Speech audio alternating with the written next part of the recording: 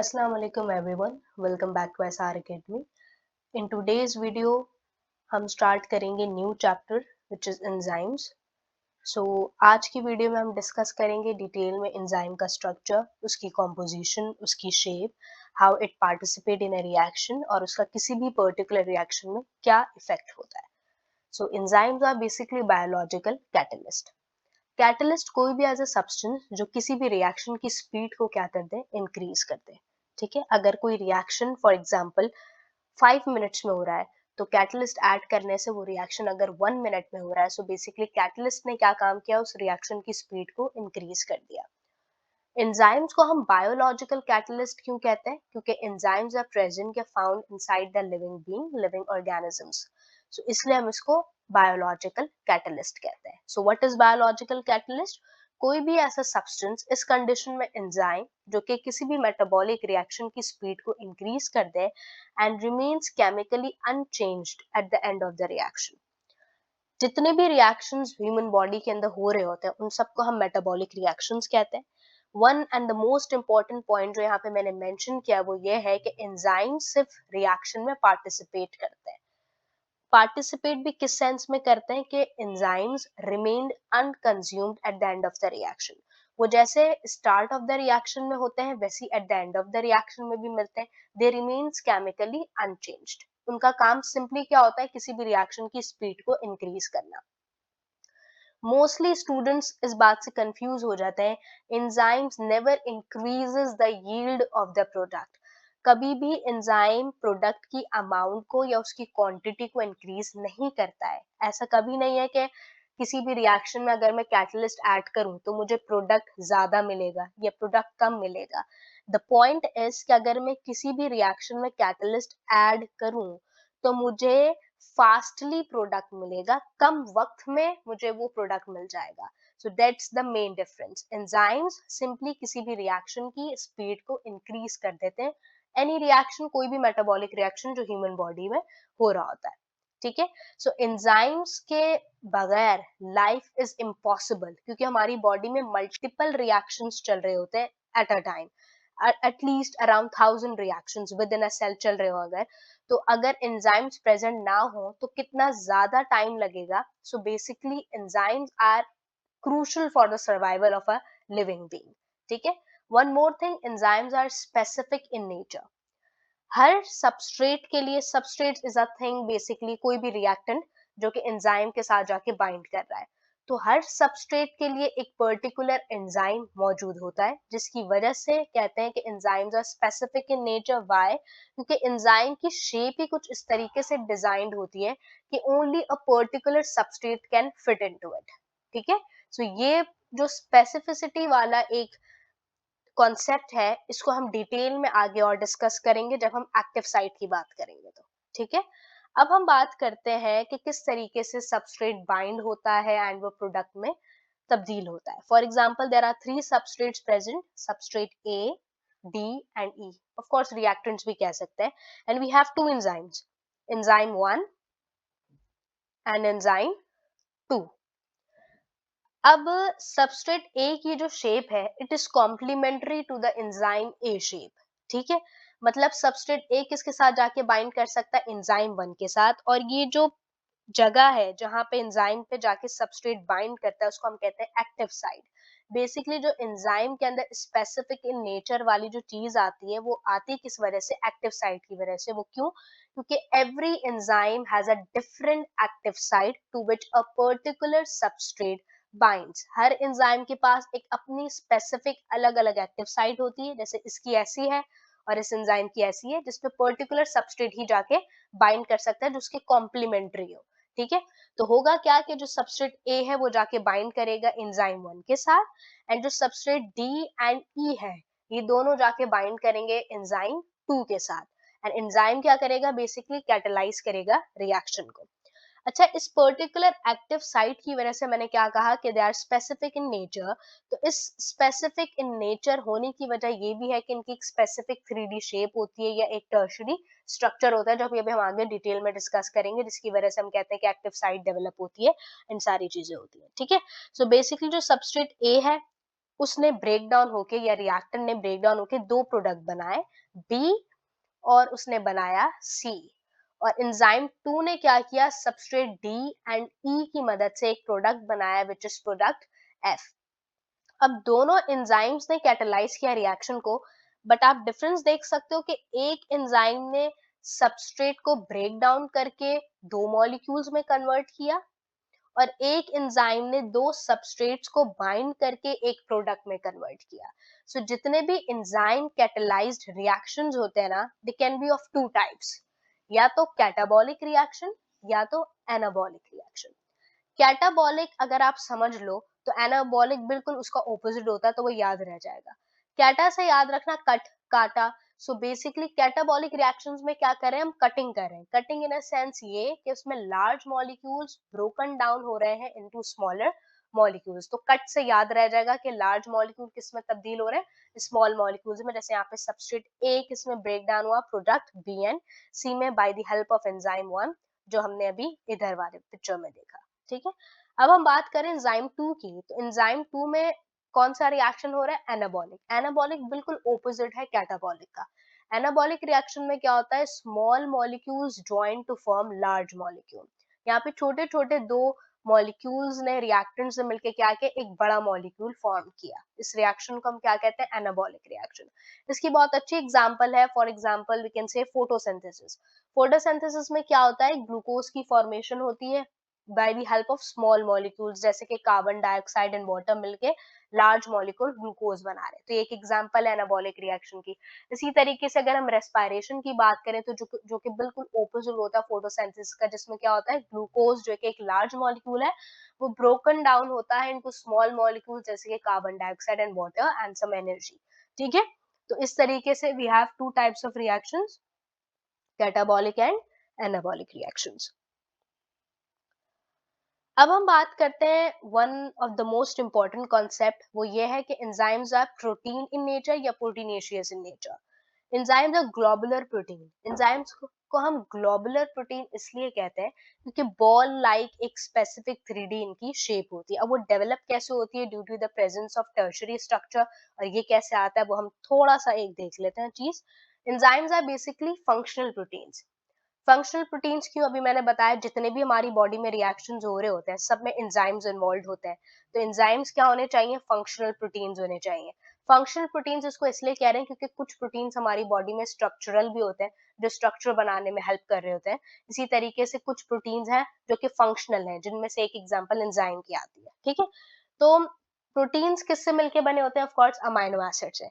So simple, सबसे पहले क्या होता है, बहुत सारी अमाइनो एसिड्स कंबाइन होकर एक पर्टिकुलर सिंपल सा स्ट्रक्चर बनाती है, जिसको हम प्राइमरी स्ट्रक्चर कहते हैं। फिर ये प्राइमरी स्ट्रक्चर में कॉइलिंग होती है, इसके बाद फोल्ड्स बनते हैं, बहुत सारे बॉन्ड्स बनते हैं, जिसकी वजह से उसका कौन सा स्ट्रक्चर डेवलप हो जाता है, सेकेंडरी स्ट्रक्चर।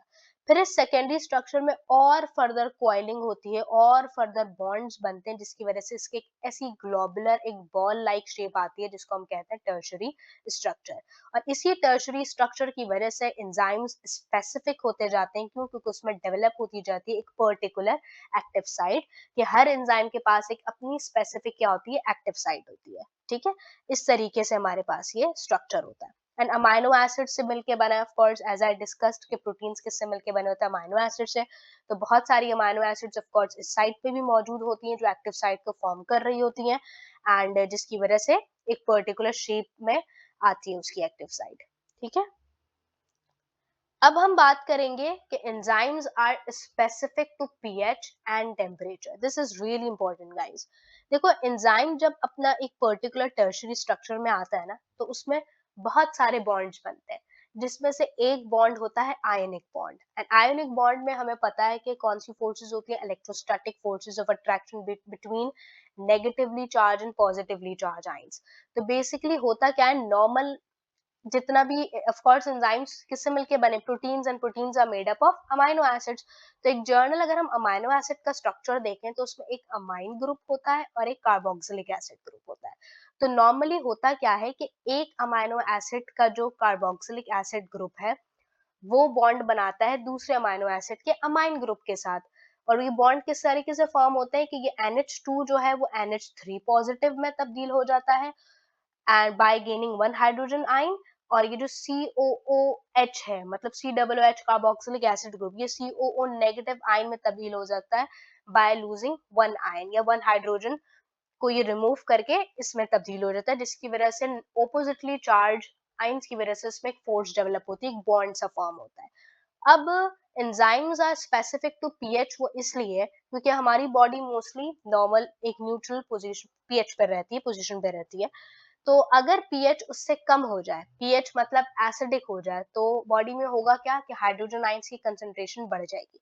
इन हाइड्रोजन आयंस की कंसंट्रेशन बढ़ने की वजह से होगा कि ऑफ कोर्स इसको तो मेंटेन करना है पीएच को, तो होगा क्या कि हाइड्रोजन आयंस जाके बाइंड कर जाएंगे किसके साथ, इस नेगेटिवली चार्ज COO नेगेटिव के साथ, जिसकी वजह से ये नेगेटिव चार्ज खत्म हो जाएगा एंड आयनिक बॉन्ड ब्रेक हो जाएगा। एक तो ये कंडीशन हो गई, ठीक है। दूसरी कंडीशन ये कि अगर पीएच बढ़ जाए तो हाइड्रोजन आयंस की कंसंट्रेशन क्या हो जाएगी, कम हो जाएगी। अब जब हाइड्रोजन आयंस की कंसंट्रेशन कम होगी तो ऑफ कोर्स पीएच लेवल तो डिस्टर्ब हुआ, तो उसको मेंटेन करने के लिए होगा क्या कि ये NH3 पॉजिटिव किस में कन्वर्ट हो जाएगा, NH2 में कन्वर्ट हो जाएगा, जिसकी वजह से पीएच लेवल क्या हो जाएगा, बैलेंस्ड हो जाएगा। अब पीएच तो बैलेंस हुआ, बट हुआ क्या कि NH3 पॉजिटिव किस में तब्दील हो गया, NH2 में, जिसकी वजह से ये जो आयनिक बॉन्ड यहाँ पे बन रहा था फिर यहाँ पे क्या हो गया, ब्रेक हो गया। तो इन आयनिक बॉन्ड्स के ब्रेक होने की वजह से अल्टीमेटली होता क्या है कि एंजाइम्स का टर्शरी जो स्ट्रक्चर है वो डिसरप्ट हो जाता है, जिसकी वजह से अल्टीमेटली एंजाइम क्या हो जाते हैं, डीनेचर्ड हो जाते हैं, उनकी एक्टिव साइट की शेप ही चेंज हो जाती है। अब जब एक्टिव साइट की शेप चेंज हुई तो फॉर एग्जांपल अगर ये एंजाइम की एक्टिव साइट ऐसी थी और इसमें ऐसे सबस्ट्रेट बाइंड कर रहा था और पीएच में चेंज की वजह से एंजाइम की एक्टिव साइट की शेप ऐसी हो गई, तो ऑफ कोर्स इस पे वो सबस्ट्रेट बाइंड करेगा ही नहीं, तो अल्टीमेटली रिएक्शंस क्या होंगे, पॉसिबल ही नहीं हो पाएंगे। तो इसी तरीके से हम क्या कहते हैं कि enzymes are specific to pH ना। अब हर एंजाइम एक अपने ऑप्टिमम पीएच पे वर्क करता है, जिसपे उसकी एक्टिविटी मैक्सिमम होती है और वो अच्छे से परफॉर्म करता है कोई भी पर्टिकुलर रिएक्शन जिसके लिए वो मौजूद है इनसाइड द ह्यूमन बॉडी। अब हम बात करें enzymes are specific to temperature also. Temperature ज्यादा इंक्रीज होने से या डिक्रीज होने से भी एंजाइम के टर्शरी स्ट्रक्चर पे क्या पड़ता है, फर्क पड़ता है, जिसकी वजह से होता क्या है, अल्टीमेटली उसकी एक्टिव साइट की शेप चेंज होती है एंड रिएक्शन क्या हो जाता है, stop and enzymes got denatured. Okay, अब हम बात करेंगे कि how enzymes lower down the activation energy, जिसकी वजह से कोई भी रिएक्शन क्या होता है, फास्टली हो पाता है या उसकी रिएक्शन की स्पीड इंक्रीज हो जाती है। तो ये एक ग्राफ होता है जो मोस्टली स्टूडेंट्स को बहुत कंफ्यूज करता है, क्योंकि इसमें रिएक्टेंट्स होते हैं, प्रोडक्ट्स होते हैं, ट्रांजिशन स्टेट होता है, विद एंजाइम कोई रिएक्शन हो रहा है, विदाउट एंजाइम हो रहा है, एक्टिवेशन एनर्जी। तो इसको अब हम डिटेल में सिंप्लीफाई करके डिस्कस करते हैं। सिंपली आप इस ग्राफ को एज अ माउंटेन कंसिडर करो, ठीक है। अब मुझे बताओ ये दो माउंटेन्स है, फॉर एग्जाम्पल एक ये वाला है और एक ये वाला है, किस माउंटेन को चढ़ने के लिए ज्यादा एनर्जी रिक्वायर्ड होगी, पहले वाले को या दूसरे वाले को? ऑफ कोर्स पहले वाले को। और इस माउंटेन की जो पीक है ना, जो हाईएस्ट लेवल पर है, इस कंडीशन में उसको कह सकते हैं कि हाईएस्ट एनर्जी पर है, एक हाईएस्ट एनर्जी वाली एक अनस्टेबल स्टेट है ये वाला जो पार्ट है। तो इसको बायोकेमिकल टर्म्स में हम क्या कहते हैं, transition state. Transition state basically reaction की वो स्टेज है जो कि मोस्ट अनस्टेबल स्टेज होती है। इस स्टेट के ऊपर रिएक्शन जो है या तो फॉरवर्ड डायरेक्शन में भी जा सकता है या तो फिर बैकवर्ड डायरेक्शन में भी जा सकता है।